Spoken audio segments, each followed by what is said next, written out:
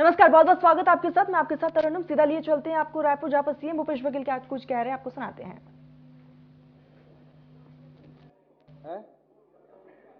ये ठीक नहीं, इससे कर लें।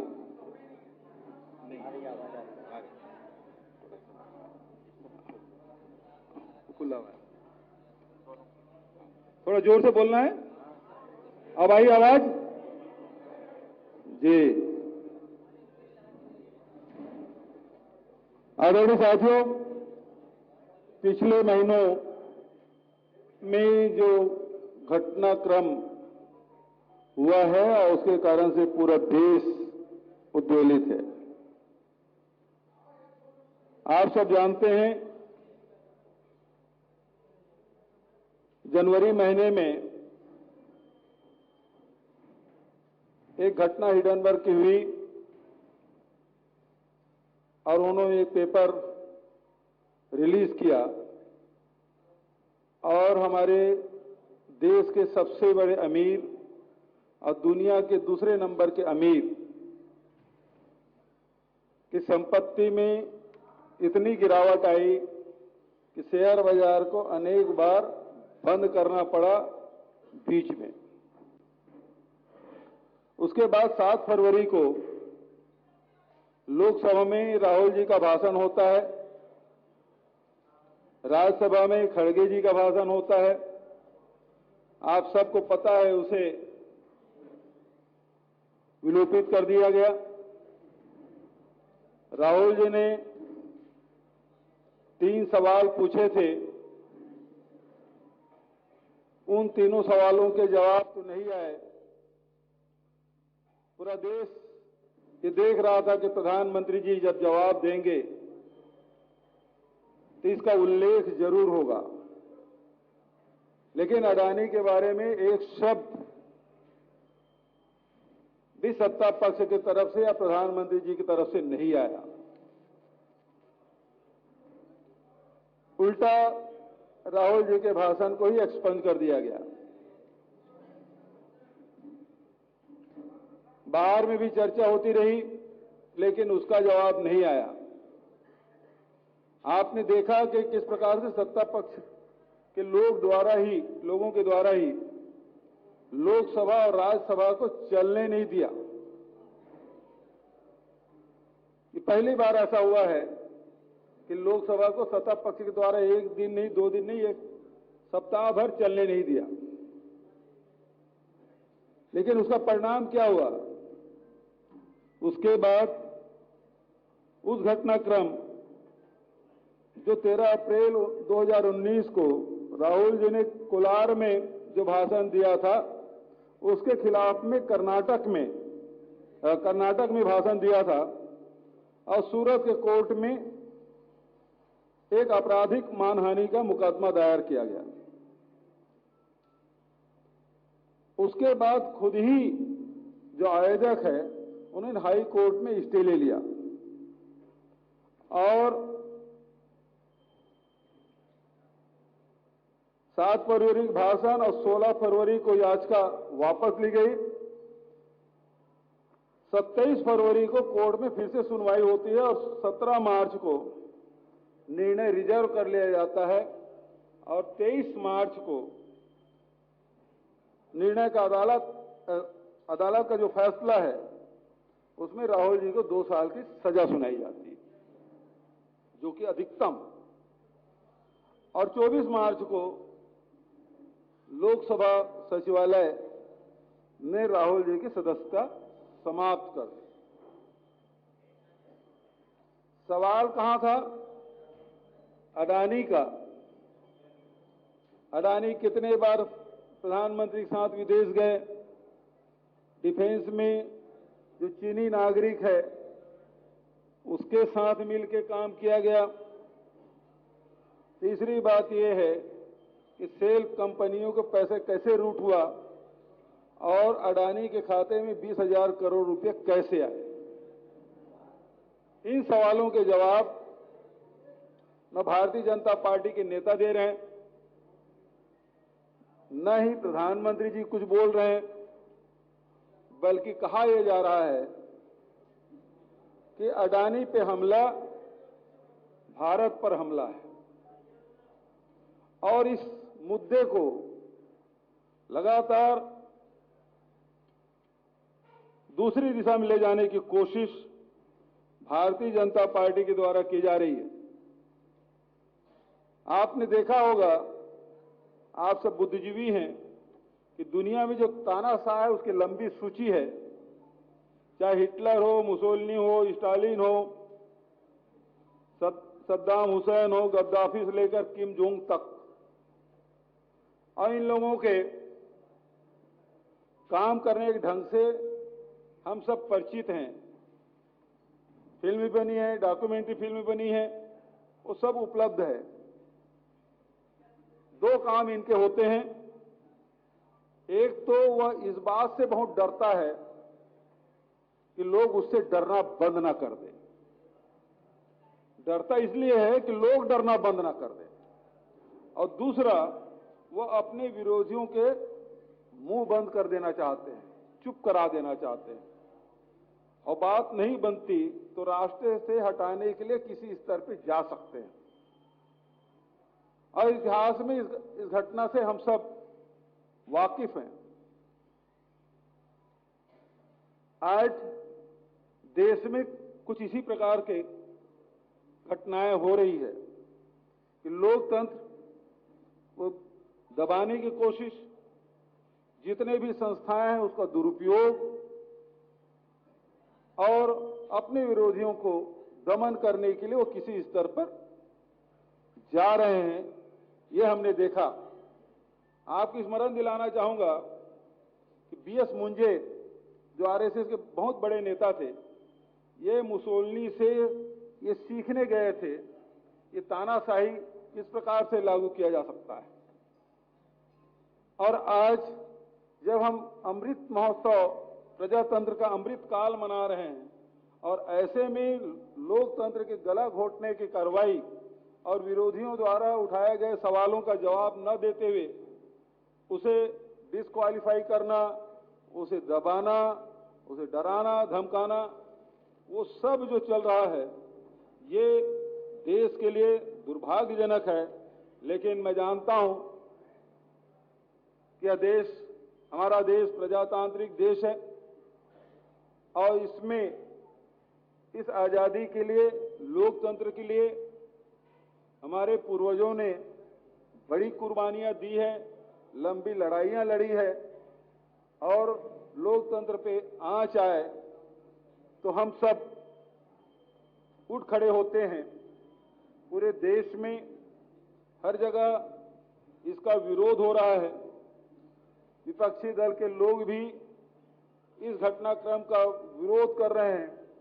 मेरा तो सीधा कहना है, तो इधर उधर की बात न कर, बता ये कारवां क्यों लूटा।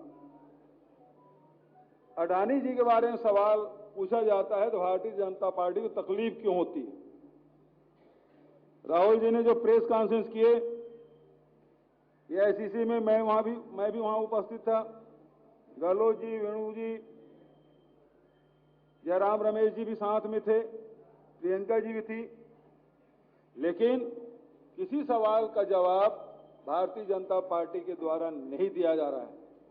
और इसी प्रश्नों को लेकर हम आपके बीच में लखनऊ आए हैं और इन सवालों का जवाब हमें लेना है कि आखिर 20,000 करोड़ किसका था, क्यों इसका जवाब नहीं दे रहे हैं, ये सेल कंपनियां किसकी थी। और दूसरी बात, जब ये कंपनी के लगातार शेयर गिर रहे थे और 60% तक गिर गया, तब हमारे एसबीआई के, एलआईसी के पैसे किसके आदेश पर अडानी के कंपनियों में लगाया जा रहा था। ये बड़े सवाल हैं जिसका जवाब आपके माध्यम से भारतीय जनता पार्टी की सरकारें हैं, नेता हैं, उनसे हम लेना चाहते हैं। अब आपकी तरफ से कोई सवाल हो तो सादर आमंत्रित।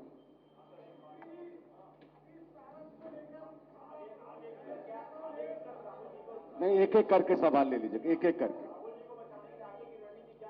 राहुल जी को बचाने की जरूरत नहीं है। राहुल जी खुद देश के युवाओं के, किसानों के, मजदूरों के, महिलाओं की आवाज बन चुके हैं। राहुल जी 4.5 महीना भारत यात्रा किए, महंगाई, बेरोजगारी और समाज में जो खाई है उसे पाटने के लिए भारत जोड़ो यात्रा उन्होंने की है। सवाल राहुल जी का नहीं है, सवाल देश का है और सवाल इस बात का है कि अडानी से प्रधानमंत्री जी के संबंध और अडानी ने जो सेल कंपनी है उसके पैसे कहां, किसने लगाया, क्यों लगाया और लोगों को जो पैसा LIC और SBI का जो लगा है उसमें जो नुकसान हो रहा है उसकी जांच क्यों नहीं हो रही है।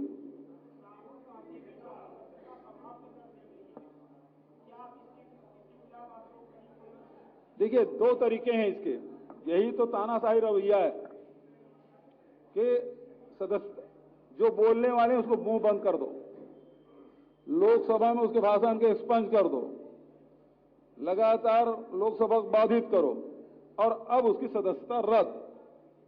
लेकिन राहुल जी की आवाज आप बंद नहीं कर सकते। राहुल जी की आवाज आम जनता की आवाज बन चुकी है।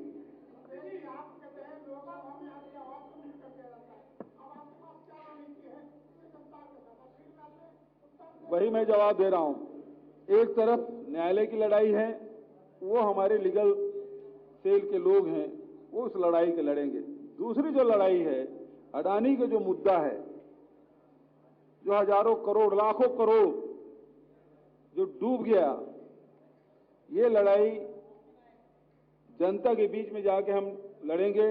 अभी खाबरी जी के नेतृत्व में लखनऊ में धरना प्रदर्शन हुआ, अब इसको निचले स्तर पर हम ले जाएंगे, जनता के बीच में ले जाएंगे। ANI से एक सवाल है, उसके बाद अजीत विशाल ने एक एक करके सवाल आ जाए। पहले ANI से सवाल आपको फिर ले रहे हैं, आपको ले रहे हैं, प्लीज ANI ले लें, फिर अजीत विशाल, फिर आपको ले रहे हैं।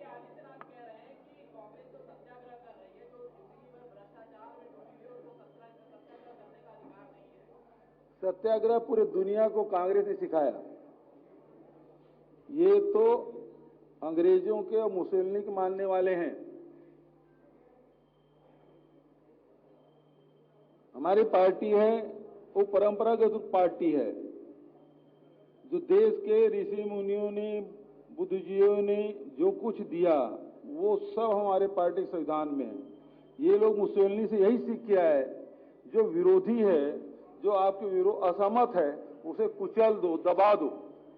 असहमति का कोई स्थान इनके कार्यों में नहीं देखने को मिलेगा और वही काम ये लोग कर रहे हैं। अजीत, मैंने पहले भी निवेदन किया, मुख्यमंत्री जी आपके सारे सवाल का जवाब एक करके। अजीत विसारिया जी।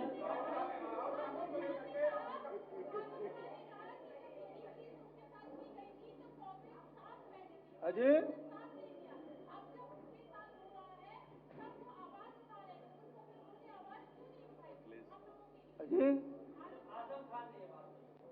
मुझे देखो, ऐसा है कि यहाँ प्रदेश स्तर पे क्या बात हुई है, क्या घटनाक्रम है, किसने क्या बयान दिया, मुझे जानकारी नहीं है। मैं सभी पत्रकार साथियों को प्रणाम करता हूँ, एक एक करके ले लीजिए। देखिए, इस मामले में हमारे राष्ट्रीय नेता इसे तय करेंगे। जी,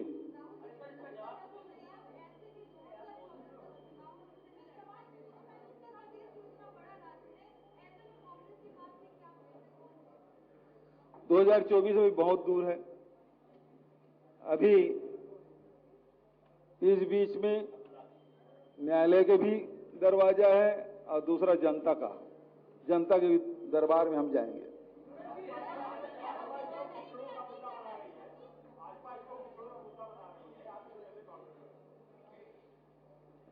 अब इसमें ये बात बताइए, पिछड़े कहां से आ गए? जैसे मैं बघेल सरनेम लिखता हूं, यहां और दूसरी जाति के लोग बघेल लिखते हैं। मेरे यहां तो अनुसूचित जाति के भी लिखते हैं, जनजाति के भी लिखते हैं, अपर क्लास में भी लिखते हैं, पिछड़ों में भी लिखते हैं। और मोदी सरनेम की बात आप करें, पहला जो राज्यपाल था आपके उत्तर प्रदेश में, मोदी जी, वो पारसी थे। उसके बाद आप देख ले, पीलू मोदी, वो पारसी थे। मुसलमान में भी पारसी लिखते हैं, और ये नीरव मोदी और ललित मोदी कम से कम ये तो पिछड़े में नहीं आते। तो सरनेम लिखने से किसी की जाति का पता नहीं चलता। तो इसीलिए मैंने कहा कि तू इधर उधर की बात न कर, तू बता ये कारवां क्यों लूटा। और एक चीज है, एक बात, अब उत्तर प्रदेश में हूं, अखिलेश यादव जी जैसे सत्ता से हटे, बंगला खाली हुआ, वो तो पिछड़े वर्ग के थे ना। बंगले को गंगा जैसे किसने शुद्ध कराया? यदि इतना प्रेम था पिछड़ों से, और मैं तो पिछड़े जाति को हूं। हमारे यहां भारतीय जनता पार्टी के राष्ट्रीय अध्यक्ष पूर्व मुख्यमंत्री ठाकुर रमन सिंह, मुझे छोटा आदमी कहते हैं। इसके यहां भाई राजेश तिवारी का एक उपचुनाव हुआ अभी, वहां मुझे चूहा, बिल्ली, कुत्ता इन शब्दों से संबोधित किया। तो पिछड़ों के बारे में इनकी सोच क्या है, और अभी तक की जाति जनगणना क्यों नहीं कराए? अभी आपके उत्तर प्रदेश में नगरीय निकाय के चुनाव क्यों रुके हुए हैं? भारत सरकार 2021 में जनगणना जो हो जाना था, आर्थिक सर्वेक्षण होना था, क्यों नहीं कराए? 2021 आज 2023 आ गया। तो ये राजनीतिक लाभ लेने के लिए और अडानी के मामले से ध्यान भटकाने के लिए सारे कवायद किए जा रहे हैं। लेकिन सवाल अभी भी वहीं खड़ा है जो राहुल जी ने पूछा पीछे से।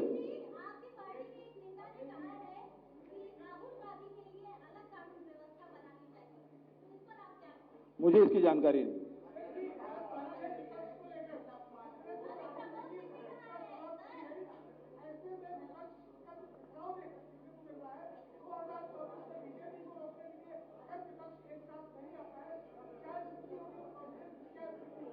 इस घटना के बाद तो सारे विपक्ष एक हो गए हैं। अब भविष्य में क्या होगा उसके बारे में नहीं कर सकते। नहीं, एक एक करके लेके मयूर आप सवाल ले लीजिए, आप सवाल ले लीजिए। ये नहीं सुन, तो न्यायालय का फैसला है, उसमें मुझे क्या करना है? न्यायालय फैसला, देखिए न्यायालय के फैसला का हम सब सम्मान करते हैं। न्यायालय के इसीलिए संविधान में व्यवस्था है, आप यदि निचली अदालत से सहमत नहीं है, ऊपरी अदालत में आप अप्लाई करेंगे, उससे नहीं है हाई कोर्ट में जाएंगे, उसके बाद सुप्रीम कोर्ट जाएंगे। तो ये व्यवस्था है ना। मयूर जी आपका सवाल हो गया। अकेले मत पूछिए, दूसरे को मौका दीजिए जी।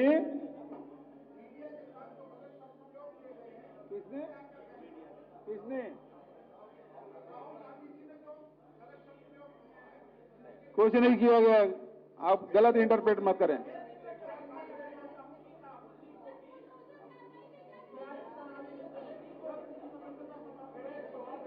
देखिए इसमें भी अलग अलग मत है।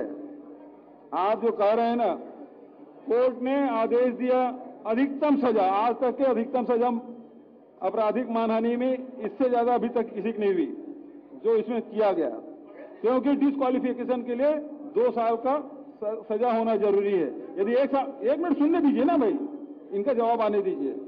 यदि वो 1 साल होता है तो डिस्क्वालीफाई नहीं होते। अधिकतम 2 साल की जो सजा है उसको दिया गया। दूसरी बात यह है कि अभी मैं कल ही देख रहा था, आचार्य जी जो लोकसभा के सचिव थे, बैठ जाएं, उन्होंने कहा कि कोर्ट आदेश देती है, फैसला सुनाती है, लेकिन उसको डिस्क्वालीफाई करना है वो राष्ट्रपति के अधीन है। यदि विधायक है तो राज्यपाल के। लेकिन यहां हुआ क्या कि 23 तारीख को फैसला होता है, 24 तारीख को वो तो वहां लोकल लैंग्वेज डिसीजन दिया गया, उसको अपलोड करना है, उसको ट्रांसलेट करना है, और उसके बाद डिस्क्वालीफिकेशन उसको आना भी है। लेकिन 24 घंटा नहीं बीता, 23 तारीख को फैसला हुआ, 24 तारीख को यहां आदेश हो गया, वो अयोग्य करार दी गया।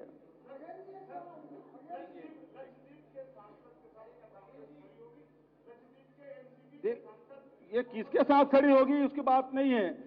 कांग्रेस सत्य के साथ खड़ी है, अन्याय के खिलाफ है। मैं सुन लिया आपकी बात, आप बताएं। मैं आपके बताया ना, मैं सत्य के साथ, कांग्रेस सत्य के साथ है। हम्म।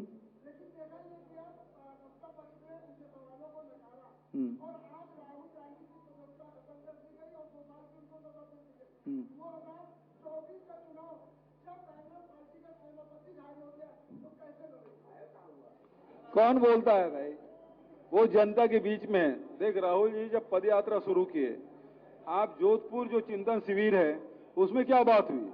उसमें यही बात हुई कि लोकसभा में बोलने नहीं दिया जा रहा है, राज्यसभा में बोलने नहीं दिया जा रहा है। अब हम जनता के मुद्दों को लेकर जनता के बीच में जाएंगे और ऐतिहासिक पदयात्रा, मैडम रिपीट मत करिए, है ना, आपने सवाल पूछ लिया। तो ऐतिहासिक पदयात्रा उन्होंने की और जो मुद्दे हैं, जो सवाल है, देश के सवाल हैं, उसे बेखौफ होके राहुल गांधी वो शख्स हैं जो पूरे देश को कहते हैं डरो मत, और उसको डराने की कोशिश की जा रही है। उस व्यक्ति को कहते हैं पूरे देश को कि डरो मत, और उसे डराने की कोशिश की जा रही है। राहुल गांधी जो उस मिट्टी के बने हैं कि इस प्रकार की गीदड़ भक्तियों से डरने वाले नहीं हैं।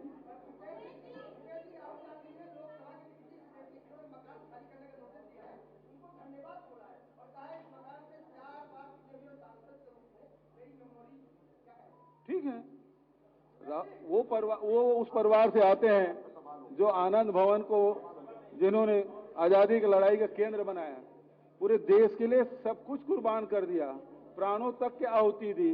उससे एक जो शासकीय भवन है उसके प्रति एक मेमोरी है, वहां तक ठीक है, लेकिन उस भवन से के प्रति इतना मोह भी नहीं है कि छोड़ ना सके। उन्होंने उसके पुरखों ने पूरी संपत्ति लुटा दी, जान तक कुर्बान कर दी। उसके बारे में एक आज मकान की बात करेंगे आप?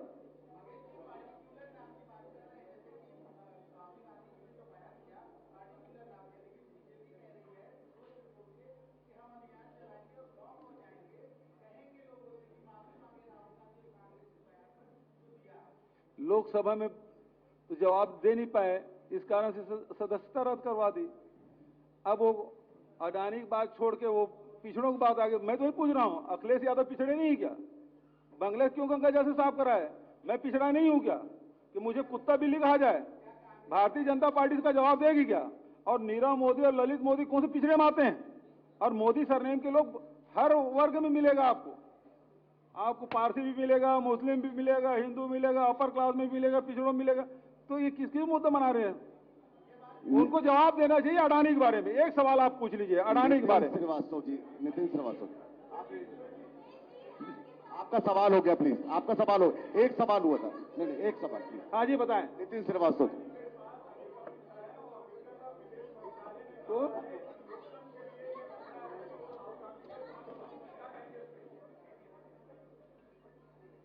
राहुल गांधी के साथ जो व्यवहार हुआ उसके लिए पूरे हिंदुस्तान के विपक्षी दलों ने समर्थन दिया। जहां जहां लोकतंत्र है, लोकतंत्र की हिमायती हैं, वो निश्चित रूप से इस बात की चिंता करेंगे।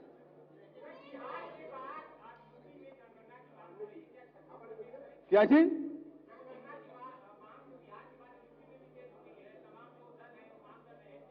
छत्तीसगढ़ पहला राज्य है जिन्होंने क्वांटिफाइबल डाटा एकत्रित की, उसके आयोग बनाए, पटेल आयोग बना, उन्होंने 3 साल काम किया और क्वांटिफाइबल डाटा मतलब हेड काउंट हमने कराया। भारत सरकार जनगणना नहीं कराई और उसी आधार पर ओबीसी को 27% और हमारे आर्थिक रूप से कमजोर लोगों को 4% का आरक्षण दिया है।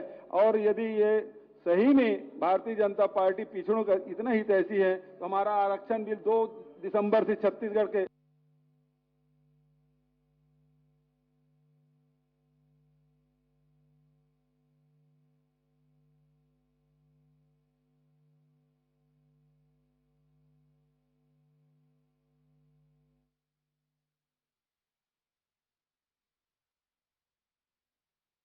बघेल को आप सुन रहे हैं। लखनऊ में मीडिया से मुखातिब होते हुए सीएम भूपेश बघेल, और इस दौरान सीएम भूपेश बघेल केंद्र सरकार पर जमकर बरसते हुए भी नजर आए। चलिए फिलहाल मेरे साथ इस पूरे बुलेटिन में बस इतना ही। आप देखते रहिए इंडिया न्यूज।